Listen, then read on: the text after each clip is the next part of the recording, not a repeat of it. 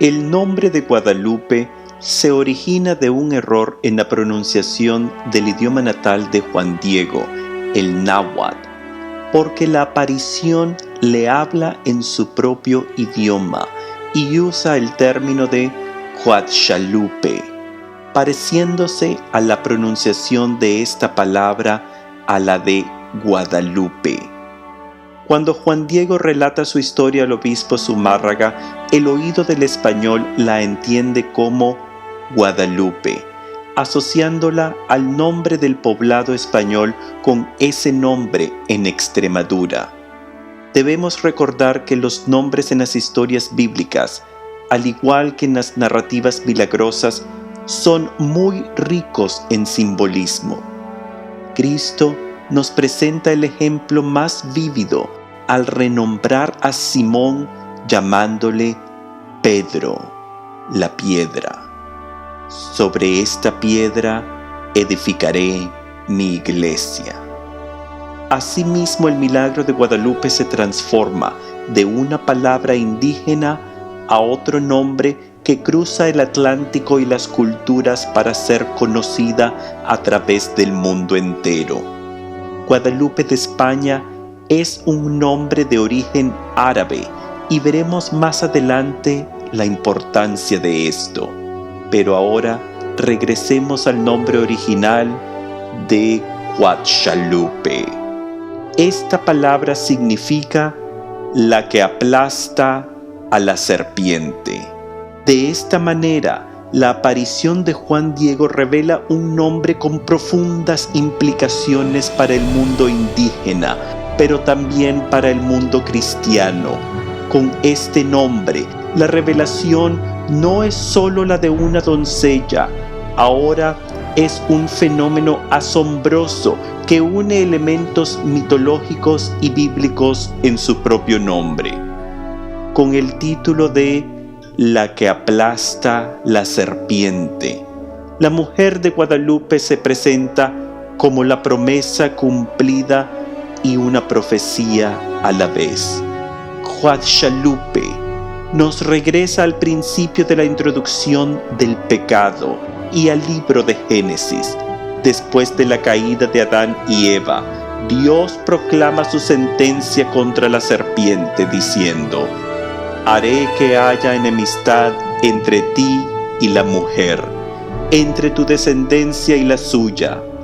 Ésta te pisará la cabeza, mientras tú te abalanzarás sobre su talón. En este momento, Dios concibe en su mente una criatura libre de las influencias de la serpiente, libre del pecado. Desde el principio de la humanidad, Dios concibe a un ser puro como los primeros padres, que serviría como vehículo por el cual el Redentor nacería. Es la Virgen María, y la enemistad entre la serpiente y la mujer escogida por Dios es el abismo que separa a María del pecado original, la cual la convierte en la libre de mancha.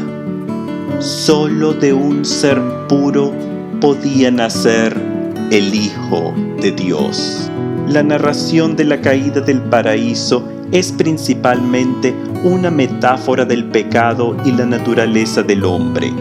Nuestra Iglesia nos enseña que existió un verdadero personaje llamado Adán y que hubo algún evento que causó la separación entre Dios y la humanidad a través de la desobediencia.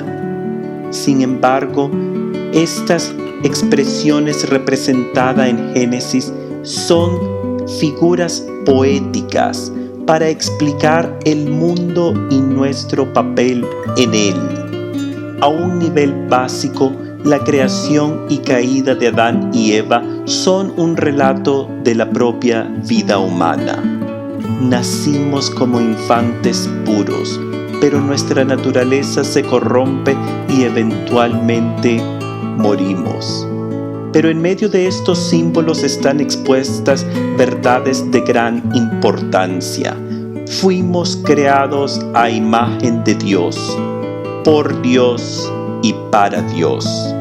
El pecado fue introducido por elementos opuestos al plan de Dios. Entonces Dios nos da un Mesías que nos libra del pecado y nace de una mujer que no está expuesta a las tentaciones de la serpiente.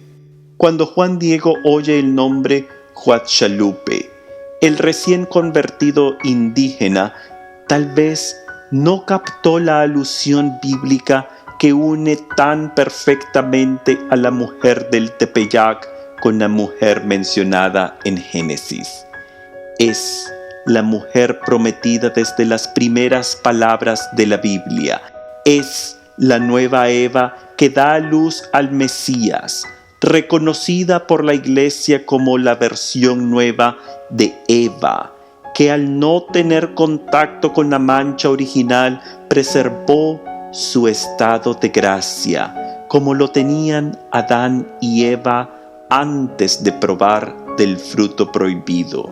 Tan fuerte es la analogía entre Eva y María que la Iglesia en su tradición le ha otorgado el título en latín de Ave María. Ave, siendo la palabra Eva escrito al revés.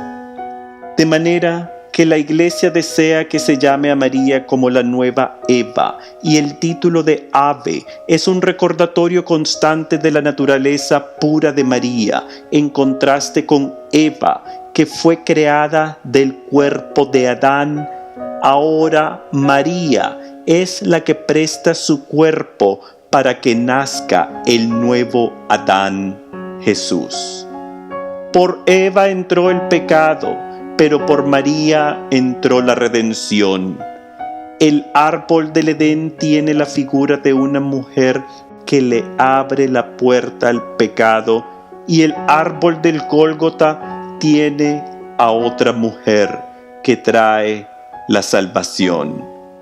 María es la antítesis de la primera madre, y por eso usa su nombre como título, pero en reverso.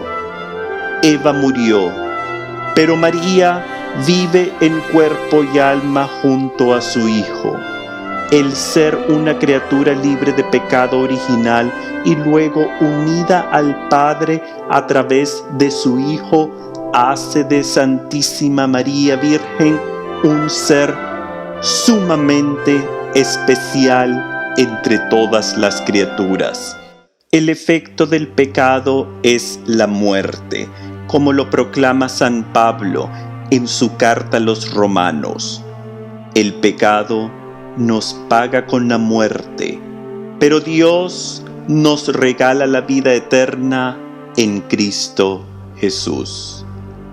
Adán y Eva hubieran vivido para siempre en el paraíso, pero al pecar fueron condenados al volver al polvo de donde fueron creados.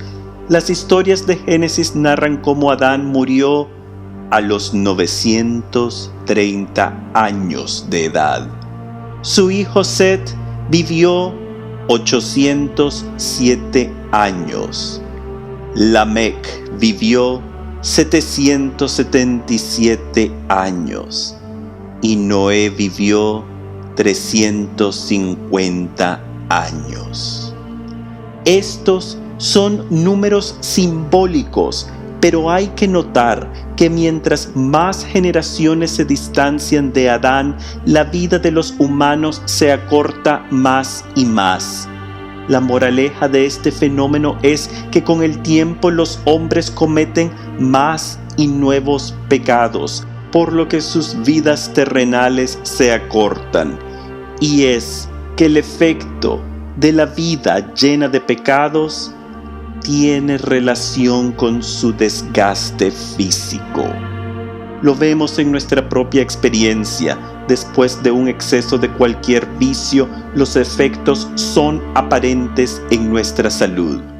Un viejo dicho dice: Dios perdona siempre, el hombre a veces, pero la naturaleza nunca. La pureza de María, junto con el triunfo de Jesús sobre la muerte, le permite a ella existir en materia y espíritu perpetuamente. Solo aquellas cosas puras y libres del mal pueden entrar en la presencia de Dios, y María llena esta calificación en cuerpo y alma, gracias a la sangre de su Hijo. El concepto de que existe en el cielo en cuerpo y alma lo vemos palpablemente en los eventos del Tepeyac, cuando Juan Diego le trae las rosas en su tilma y ella con su mano las arregla dentro del manto. La aparición a Juan Diego no fue un espejismo o una alucinación. María Santísima estuvo presente en cuerpo y alma y pudo manipular un objeto físico como es una rosa recién cortada. Esta mujer de Génesis vuelve a presentarse al final de la Biblia. En el libro de Apocalipsis leemos: apareció en el cielo una gran señal, una mujer vestida de sol, con la luna bajo sus pies y en su cabeza una corona de 12 estrellas. Está embarazada y grita de dolor porque llegó su tiempo de dar a luz. Obviamente, esta mujer es la del manto de Guadalupe. Es la que los aztecas antiguos identificaban como Tonatzin. Y nosotros vemos con gran asombro también la mujer de Apocalipsis. Está vestida de sol y la luna bajo sus pies. E igual que la mujer de la Biblia, la imagen del manto está embarazada.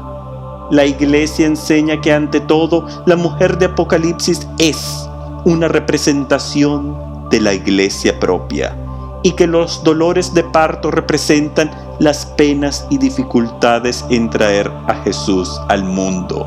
Sin embargo, en otro nivel más profundo, la mujer de esta visión bíblica es también María Santísima.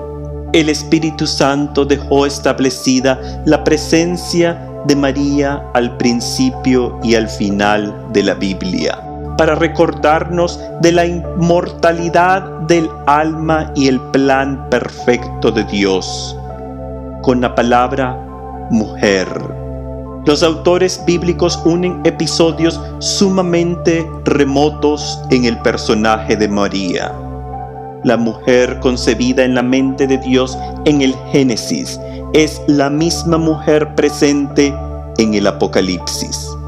Los evangelistas reafirman la presencia de María en la Biblia al utilizar también la palabra mujer cuando se refieren a ella a través de los labios de Jesús. Cuando Jesús se dirige a su madre, no la llama con las palabras dulces y maternales, sino que se dirige a ella con el término de mujer, que es la misma palabra tantas veces usadas en el Génesis como en el Apocalipsis, e insisten en recordarnos que María es la mujer escogida por Dios. En Caná, Jesús se dirige a ella con la frase: mujer, eso no es asunto mío, todavía no ha llegado mi hora. Y de nuevo en la cruz se dirige a su madre llamándola mujer, ahí tienes a tu hijo. María es por los mismos labios de Jesús esa mujer, prometida desde Génesis y revelada en el Apocalipsis. Es la que el Génesis se refiere y a la que el Apocalipsis anuncia. Tras este hilo que conecta el principio, el clímax y el fin de los libros bíblicos, está la doctrina de la Inmaculada Concepción. El concepto de que el Hijo de Dios tenía que nacer de un recipiente puro y sin pecado original siempre fue sostenido por los primeros padres de la Iglesia, aunque no fue sino hasta el año 1854 cuando se formalizó la enseñanza de la Inmaculada Concepción de María. Es un dogma de la Iglesia Católica relativamente moderno, pero su aceptación es tan antigua como el cristianismo mismo. La representación de María como la mujer del Apocalipsis ha sido parte del arte y la iconografía católica desde tiempos antiguos, y precisamente en Guadalupe, España, se venera una imagen de por lo menos 900 años que representa a la mujer en el Apocalipsis como la Inmaculada. Y en San Antonio, Texas, se preserva una de las primeras misiones españolas del suroeste americano con el nombre de la Inmaculada Concepción, que fue construida en 1722.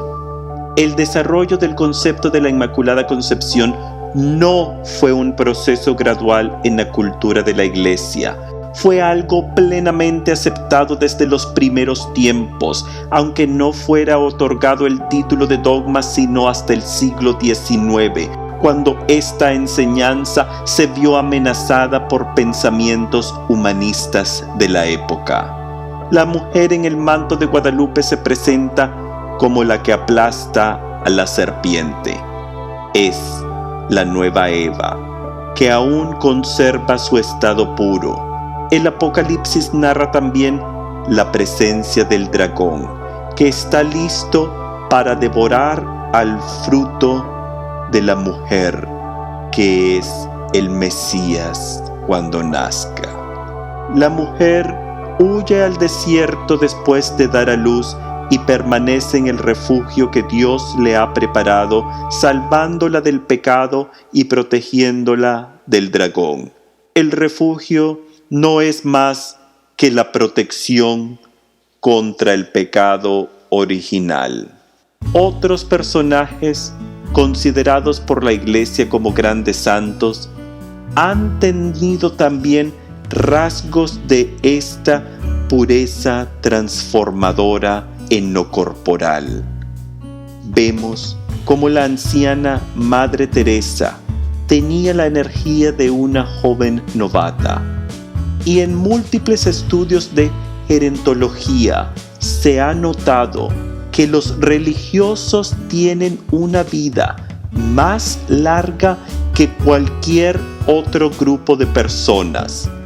En particular, las monjas de clausura tienen un promedio de vida de 86 años, en contraste al promedio de 76 años de la población general. Además, la presencia de enfermedades degenerativas como el Alzheimer's es casi nulo entre las monjas de clausura, contrastando estas vidas entregadas a Dios con aquellas que buscan el placer de la botella, el cigarro o cualquier exceso. Vemos los efectos palpables de la tentación sobre el cuerpo. Cuando Miguel Ángel esculpió la Pietà, sus críticos le reprocharon que la cara de su Virgen la había dejado demasiado juvenil, recordándole que tenía 48 años de edad Nuestra Señora a la muerte de Jesús. Miguel Ángel respondió que las personas puras no envejecen tanto, y en los casos de los verdaderos santos vemos que esta vida de pureza se extiende más allá de la muerte y conocemos de un selecto grupo de ellos cuyos cuerpos aún se preservan en estado incorrupto, como Santa Clara de Asís, el gran San Padre Pío de Pietrelcini, el santo mexicano San Rafael Guízar Valencia, y uno de los casos más impactantes, San Bernadette Soubirous. Al morir Bernadette, su cuerpo fue enterrado en un pantano y fue exhumado después de 40 años. El cuerpo mantenía un estado de preservación asombroso y notable, aun cuando su crucifijo y otros objetos de metal que contenía el ataúd estaban totalmente oxidados. Si Dios permite que cuerpos de estas personas reten a los elementos de la corrupción natural, ¿cuánto más no iba a proteger el cuerpo que había sido creado libre del pecado para ser el recipiente del Verbo encarnado? El caso de Bernadette fue determinante en consolidar la enseñanza de la Inmaculada Concepción. En 1858, a la edad de 14 años, tiene su experiencia mística que la pone en contacto con la Madre de Dios. Tan solo 4 años habían pasado desde que Pío IX declara el dogma de la Inmaculada Concepción cuando Bernadette recibe la visión de la Virgen, vestida de blanco, con una cinta azul y una rosa en cada pie. Y le pide, igual que a Juan Diego, que se construya una iglesia en ese lugar. Similar a Zumárraga, el párroco local, Dominique Bellarmale, le pide que se identifique y que dé una señal de su autenticidad. E igual que con Juan Diego, la aparición le habla a Bernadette en su idioma natal, una versión del catalán, el gascón occitán, utilizando también la aparición al identificarse no con un nombre propio, sino con un título que dice: Yo soy la Inmaculada Concepción. ¿Qué iba a saber Bernadette, una pobre campesina de 14 años, del gran debate que se estaba discutiendo en los círculos teológicos de entonces? Muchos aprobaban el concepto de la pureza eterna de María como una curiosidad, pero al formar parte de los dogmas eclesiásticos, produjo una perturbación. Pero entonces María desciende desde el cielo para afirmar el decreto de Pío IX. En efecto, el milagro de Lourdes es una confirmación de la promesa de Cristo a Pedro: lo que ates en la tierra será atado en el cielo, y lo que desates en la tierra será desatado en los cielos. María desciende a aceptar ese nuevo título otorgado por la Iglesia verdadera. Y aunque le tomó hasta 1854 a la Iglesia aceptar formalmente la verdad de la naturaleza pura de María, la Virgen responde y nos deja el manantial milagroso de Lourdes, y Bernadette le sirve de medio, igual que Juan Diego, al traer un milagro dramático al mundo. Las aguas de Lourdes todavía brotan y continúan ofreciendo sus poderes curativos a muchos. Pero es en la inspiración de la fe que radica la fuerza del milagro. En México, María nos dejó su rostro, y en Lourdes nos dejó su caricia. En el Tepeyac se presenta vestida como la mujer del Apocalipsis, la Inmaculada, y en Lourdes se presenta asumiendo este título. El propio nombre de Bernadette hace eco a la historia de Guadalupe. Recordemos cómo Juan Diego se preocupa por el bienestar de su tío con quien vive y al verlo agonizando sale en busca de un sacerdote para que le ayude a bien morir, tratando de evadir la cumbre del Tepeyac para no perder tiempo con la aparición. Sin embargo, la aparición lo encuentra en el camino y con dulzura le pide que deje de preocuparse, pues su tío, Bernardino, ya estaba curado. El nombre Bernardino no puede ser una coincidencia. Es una profecía de la joven Bernadette. En México, María cura al viejo tío de Juan Diego como tan solo un preámbulo de las miles de sanaciones que haría en Lourdes, la Inmaculada Concepción, el Ave María. Se presenta como una fuente curativa para el mundo. Como dijimos anteriormente, siglos antes de que la Iglesia convirtiera el concepto de la Inmaculada en dogma, la veneración de este título mariano era ya aceptado, llegando a tener en ciertos países un papel central en la veneración a María y en la práctica del catolicismo. Son muchos los países latinos que celebran el 8 de diciembre como Día Nacional, como se originó oficialmente en la Iglesia Ortodoxa desde el siglo V. Gradualmente, esta fiesta se fue extendiendo al oeste y eventualmente se celebra en toda la Iglesia. El concepto original del dogma proclama que María no pecó personalmente en su vida, pero la Iglesia Occidental lo amplió al declarar que María no era capaz de pecar porque ni siquiera conocía el concepto del pecado.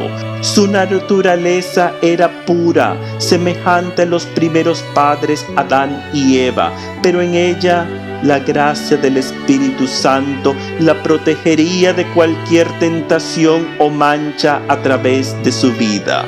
El dragón representa la tentación y el pecado, pero María es salvada del dragón sin ser expuesta al mal.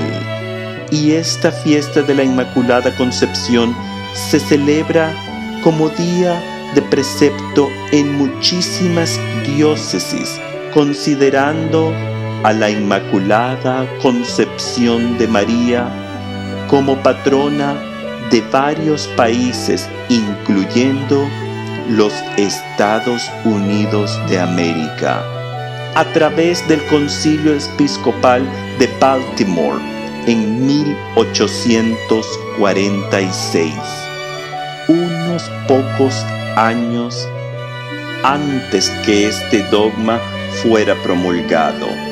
También en Estados Unidos se construyó la Basílica de la Inmaculada Concepción, una de las 10 iglesias más grandes del mundo. En Panamá, el 8 de diciembre se honra el nombre de María como Inmaculada, pero además como Madre, y se celebra ese día como el Día de las Madres. Pero la veneración de la Inmaculada llega a su expresión pública más grande en la República de Nicaragua. La veneración a la Inmaculada Concepción entró a este pequeño país de Centroamérica de manera muy especial. En el año 1562, un barco originario de Guatemala rumbo a Perú se vio obligado a buscar refugio en un puerto nicaragüense del Pacífico por una tormenta tropical. La tripulación se refugió en el puerto de El Realejo, en el departamento de Chinandega, salvándose del naufragio. El barco debió haber pasado varias semanas en puerto, posiblemente en reparación de los daños causados por la tormenta, y uno de sus tripulantes, don Lorenzo de Cepeda, era un joven proveniente de una familia española de mucho fervor católico. Su hermana era nada menos que la gran doctora de la fe, Santa Teresa de Ávila, y ella, antes de que su hermano partiera al Nuevo Mundo, le regaló una pequeña imagen de la Santísima Virgen María, que representaba a la Inmaculada Concepción. Don Lorenzo valoraba este obsequio sobre todas sus pertenencias y cuidaba su imagen como si fuera una hija. En el transcurso de los días, el calor y la humedad fueron tan insoportables para don Lorenzo que, buscando un clima más fresco, viajó hacia el poblado de El Viejo, mientras esperaba reanudar su viaje, guardando por seguridad la imagen de la Inmaculada en la iglesia local, en donde los pobladores empezaron a visitarla y a admirar su belleza. A las semanas, don Lorenzo estaba listo para continuar su viaje y fue a recoger la pequeña imagen. Pero el poblado y los indígenas de alrededor le rogaron que se las dejara.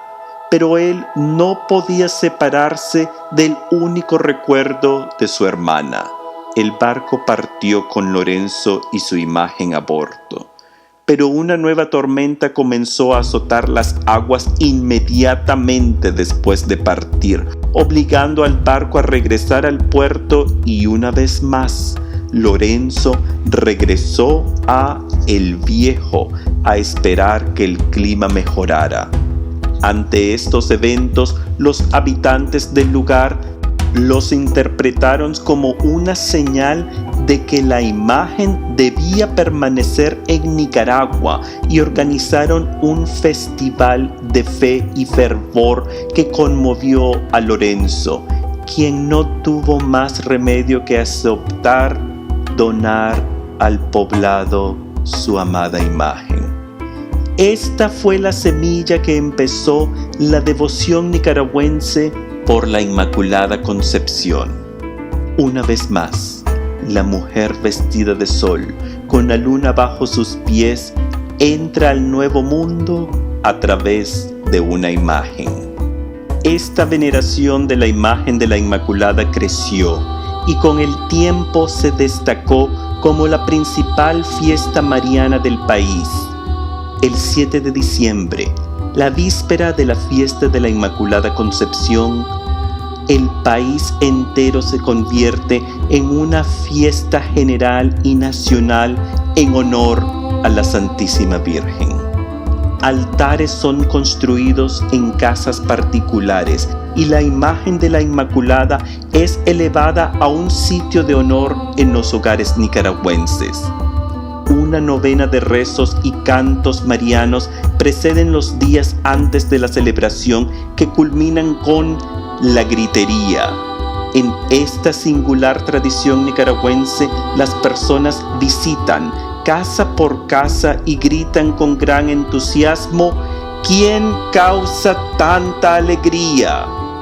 Otro grupo de fieles contesta con igual fuerza y ardor: la Concepción de María. Una vez establecido el protocolo de saludos, se invita a los visitantes a participar en cánticos religiosos que se conservan desde tiempos muy remotos y cuyas letras son verdaderas alabanzas marianas que proclaman el amor nicaragüense por la visión del Apocalipsis.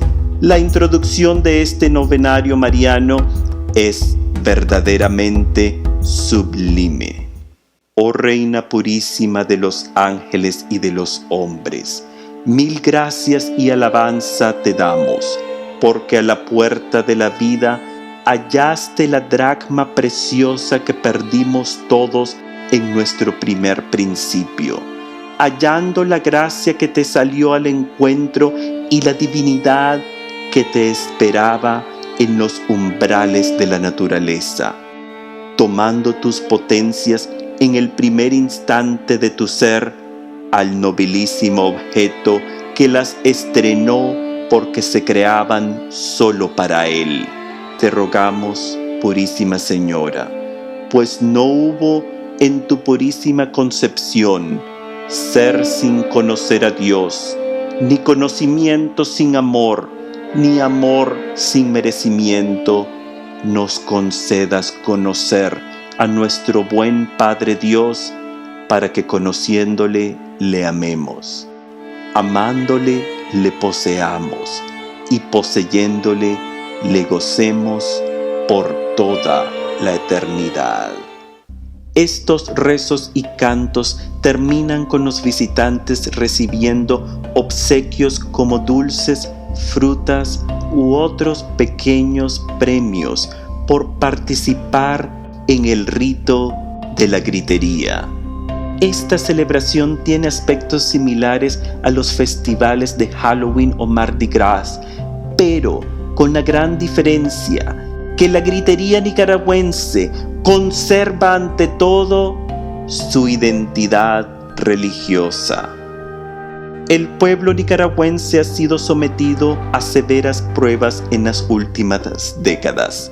Múltiples tragedias naturales han sido aumentadas por tremendas discordias civiles y políticas.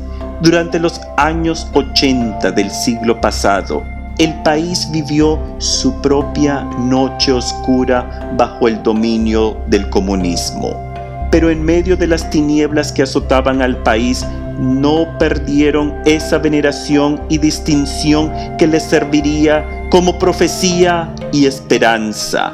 Y aunque aún no se ha aprobado formalmente por la Iglesia Católica, el pueblo nicaragüense venera y cree en los eventos ocurridos en un pequeño poblado llamado Cuapa. En este aislado pueblito en el centro del país sucedieron acontecimientos muy similares a los de Fátima, Portugal, de los inicios del siglo XX.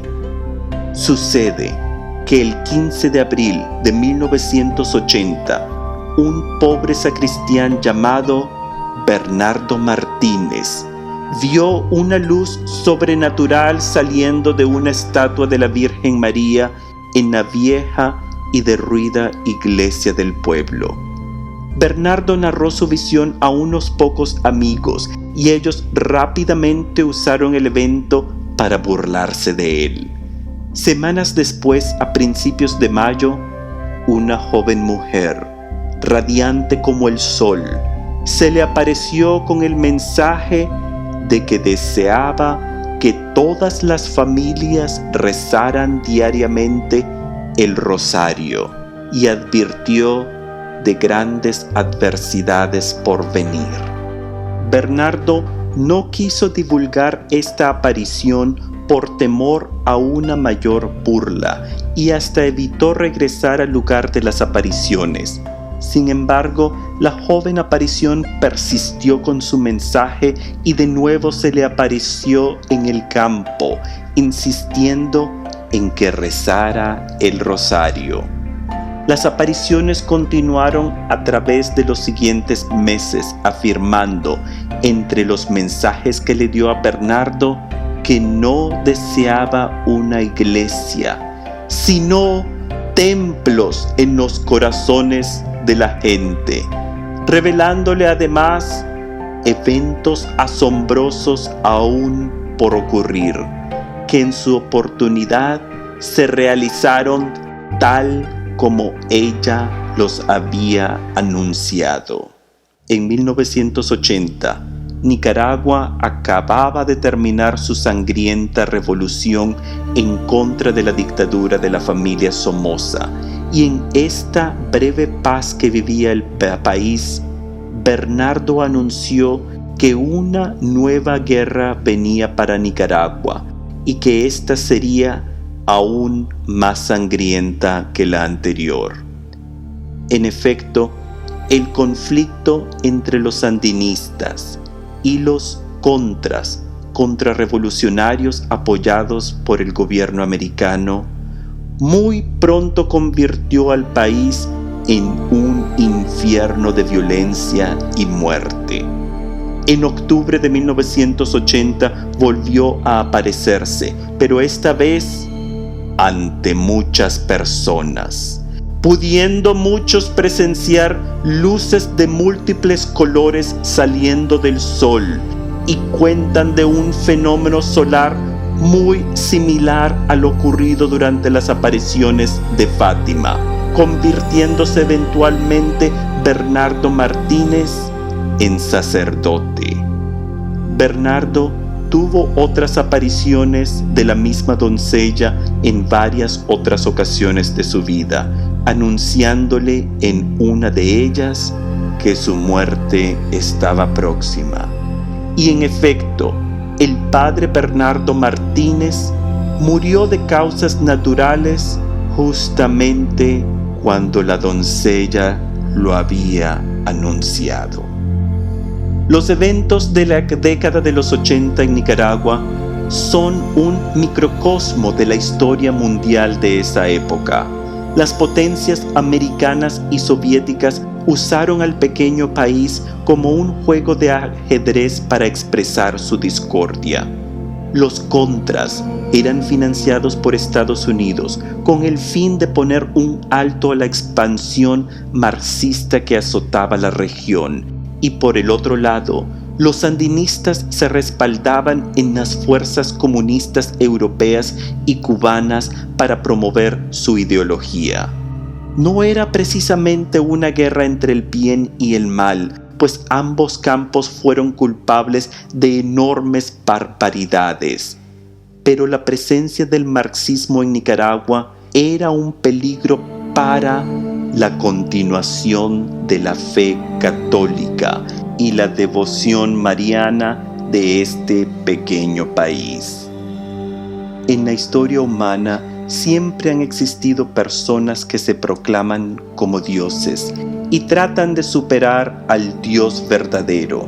También han habido muchas versiones de dioses falsos construidos con barro, madera u oro. El humano busca unirse a su creador constantemente.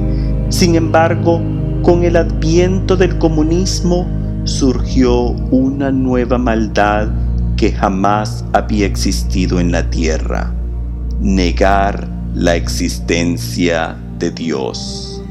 La creencia oficial de los entonces estados comunistas de Europa, Asia y Cuba presentaban el concepto oficial del ateísmo.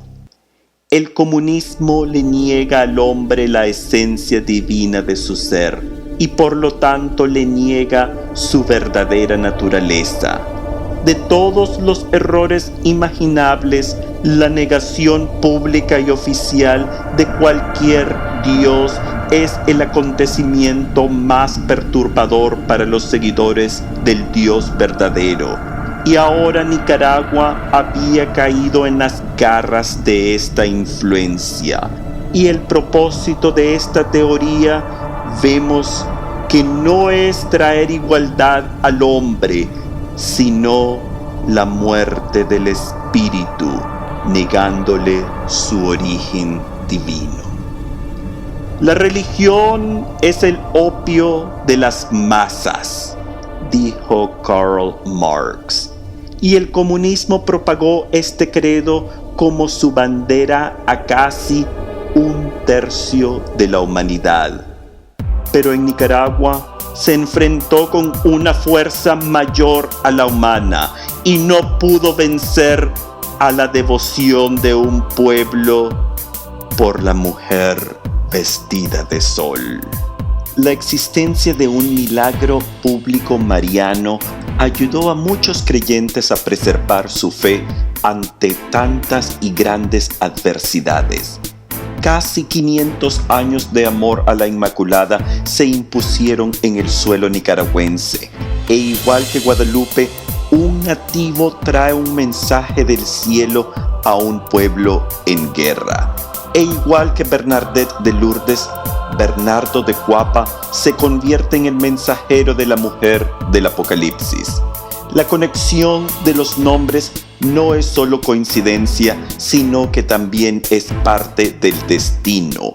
Ambos individuos fueron instrumentos fundamentales para preservar el concepto de la Inmaculada Concepción. Bernadette consolidó el título otorgado por la Iglesia y Bernardo preservó la reverencia de un país hacia esta doctrina. En Lourdes, la Inmaculada pide un templo, como lo hizo en Tepeyac, pero en Cuapa pide templos en el corazón de los hombres. La unión entre Guadalupe y la reverencia nicaragüense hacia la mujer del Apocalipsis llega a su clímax en el pequeño e insignificante poblado de Cuapa.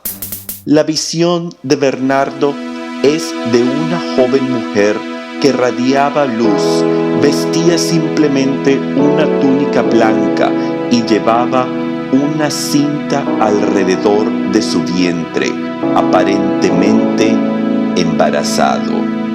La visión de Juan Diego, que compartió también su tío Juan Bernardino, fue la misma visión de Bernadette de Lourdes y la visión de Bernardo de Cuapa. Era la misma mujer de Juan de Apocalipsis, la mujer vestida de sol, la Inmaculada. También en el nombre de Cuapa descubrimos una gran revelación. El poblado de Cuapa en Nicaragua, aunque muy pequeño, también es muy antiguo. Su población es principalmente indígena y el propio nombre de la ciudad es una corrupción de su nombre original indígena. En esta parte de las Américas también se hablaba la lengua náhuatl durante la época de la conquista española, y Cuapa era un poblado ya establecido en el siglo XV. Su nombre origina en náhuatl de la palabra Huachpa, que significa aplastar a la serpiente, repitiéndose Guadalupe, Huachalupe, la que aplasta a la serpiente en Nicaragua. Los nombres derivados de San Bernardo y su asociación a la mujer vestida de sol nos recuerdan que en ciertos momentos Dios escoge especialmente a ciertos individuos para completar su misión salvífica. Como le dice Dios al profeta Isaías: no temas, porque yo te he rescatado, te he llamado por tu nombre, tú me perteneces. Así, Bernardo de Cuapa trajo un mensaje de esperanza a un pueblo que lo necesitaba enormemente al ver a sus religiosos expulsados del país, maltratados y hasta humillados públicamente, siendo el testimonio de Bernardo determinante para el avivamiento de la fe católica, azotada por la serpiente del comunismo en ese entonces. El conflicto entre la Iglesia Católica Nicaragüense y la ideología marxista llegó a su clímax en marzo de 1983, durante la visita de Juan Pablo II a ese país. Cualquier esperanza de la reconciliación entre las ideologías que se intentaban crear una iglesia paralela a la oficial, mal llamada Iglesia Popular, y el Vaticano quedaron completamente eliminadas. Y antes bien, el encuentro con Juan Pablo fortaleció firmemente la lealtad a la iglesia tradicional por aquellos que creían en ella. Después de esta visita quedó claro que no podía haber encuentro con el comunismo. Las opciones eran ser fiel a Roma o ser fiel al comunismo. Juan Pablo había comenzado a transformarse en el archienemigo del marxismo y en Nicaragua desvainó la espada. Durante una misa nocturna, ciertos individuos empezaron a demandar de la iglesia en altas voces un reconocimiento público de mártires a 17 jóvenes recién asesinados en la guerra civil. El día anterior, estos jóvenes habían sido honrados como héroes por el gobierno en ese mismo lugar. La falta de reconocimiento por Juan Pablo enfureció la audiencia y la misa degeneró en un bochornoso e irrespetuoso reclamo contra el Santo Padre. Fue un momento histórico captado admirablemente por la famosa fotografía de la revista Life Magazine, en la que se ve a un enfurecido Juan Pablo II elevando su mano al aire, clamando ante las pancartas y multitud diciendo ¡silencio!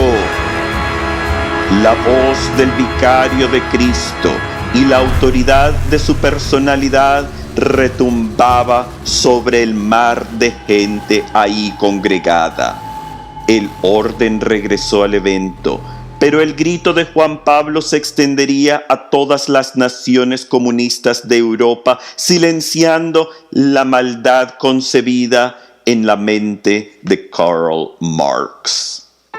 Desde el principio de su ministerio, Juan Pablo II empezó su misión de liberación a los cautivos contra la cortina de hierro. Sus primeras palabras como papa al salir a la plaza de San Pedro fueron: «No teman».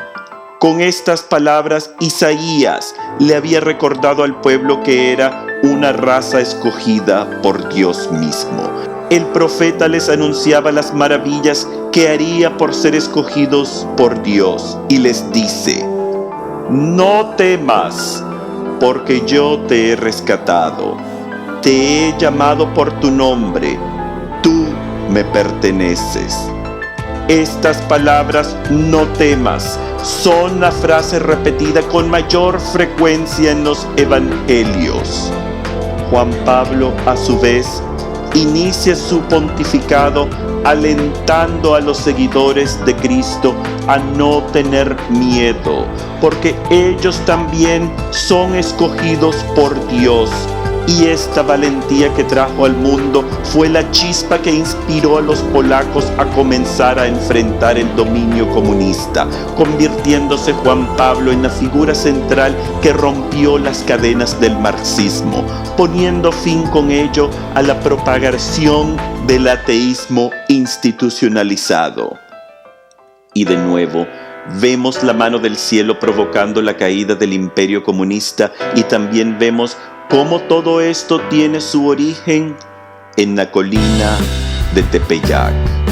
Poco después de su elección como Pontificis Maximus, Juan Pablo estrena su vida de misionero visitando México, República Dominicana y las Bahamas, teniendo la visita a México un serio problema de protocolo, ya que entonces México aún no tenía relaciones formales con el Estado del Vaticano, y aceptar la llegada de Juan Pablo al suelo mexicano significaba ignorar la división oficial entre el gobierno y la Iglesia.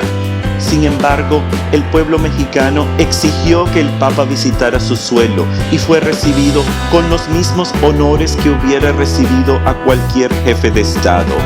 Este acto de generosidad de México permitió que otros países que tampoco tenían relaciones diplomáticas con el Vaticano también abrieran sus puertas a una visita del Papa, usando la misma excusa de México, es decir, que Juan Pablo llegaba como peregrino personal en un carácter apostólico.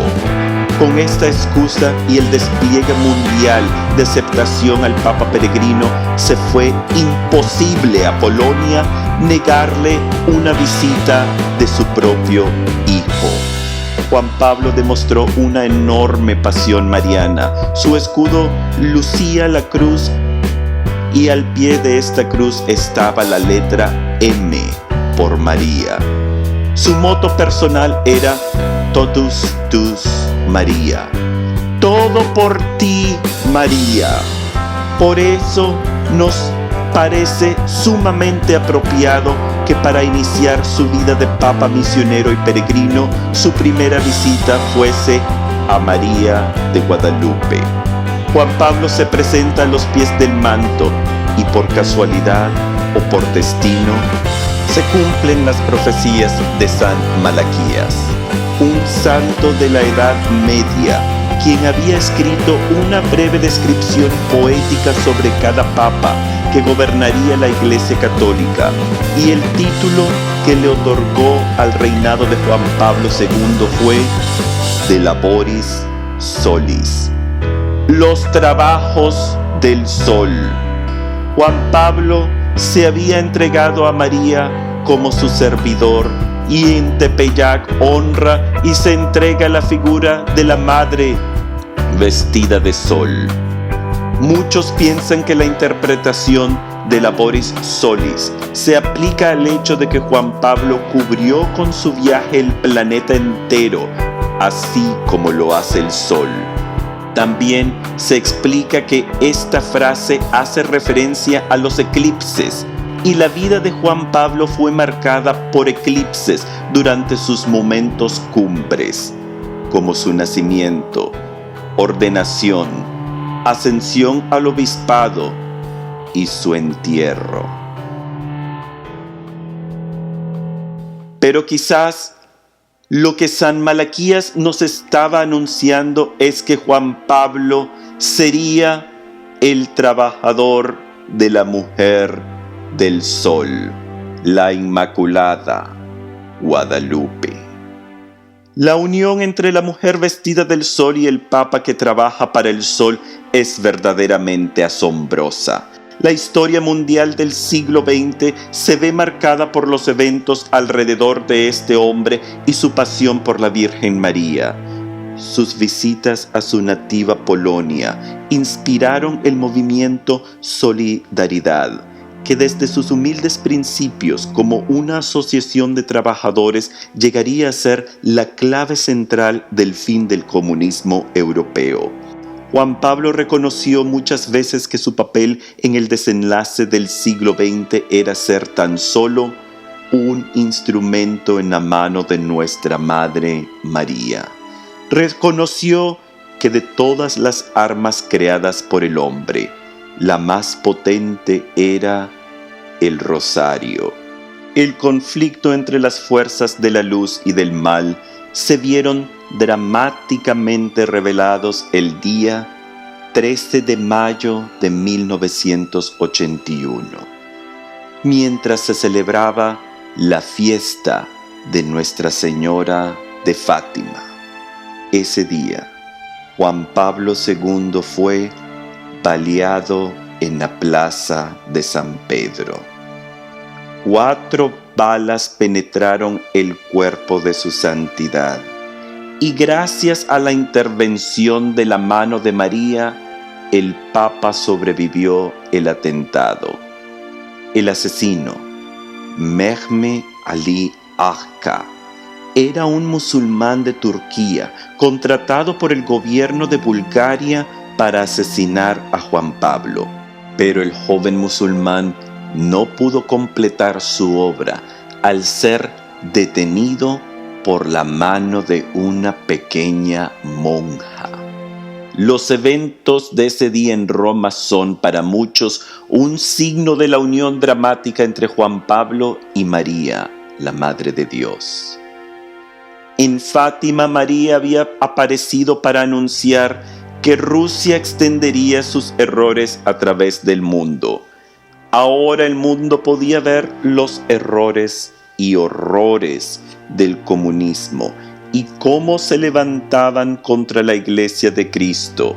Después del atentado, Juan Pablo dio gracias a la Virgen de Fátima, y la corona de la imagen de Fátima en Portugal lleva una de las balas extraídas del cuerpo de Juan Pablo II. El conflicto entre Juan Pablo y las fuerzas del comunismo tienen raíces muy profundas. Desde sus días como cura y luego obispo de Cracovia, Juan Pablo luchó a su manera por la libertad del espíritu humano. Y este conflicto es palpablemente visible en la iglesia de Arcapana, el Arca del Señor. Durante los años 50, las autoridades comunistas decidieron crear una nueva ciudad al sur de Polonia, Nowa Huta. La ciudad serviría para habitar a unos 200.000 obreros en las minas de hierro del área, y la central comunista planificó todo el aspecto físico de la ciudad meticulosamente, plasmada en los planos arquitectónicos. Sin embargo, siendo un régimen ateo, los planes de la nueva ciudad no incluían ninguna iglesia o templo. Por primera vez en la historia de Europa se construiría un poblado sin ninguna representación religiosa. Los habitantes se opusieron y el joven obispo Karol Wojtyła asumió la lucha por su inclusión. En desafío a las autoridades, el obispo empezó a oficiar misas en ese sitio a la intemperie. Primero unos cuantos asistían, pero con el tiempo el número de feligreses fue creciendo hasta que no pudieron ser ignorados por las autoridades, y con muchísimas reservas los comunistas finalmente otorgaron permiso para construir una iglesia. Y después de 20 años de conflicto, la iglesia de Arcapana abrió sus puertas en 1977. Poco después, Karol Wojtyła dejaría su natal Polonia para convertirse en papa. Y en cierta manera, su conflicto contra el comunismo ya había sido ganado a través de Arcapana, la iglesia en Nowa Huta.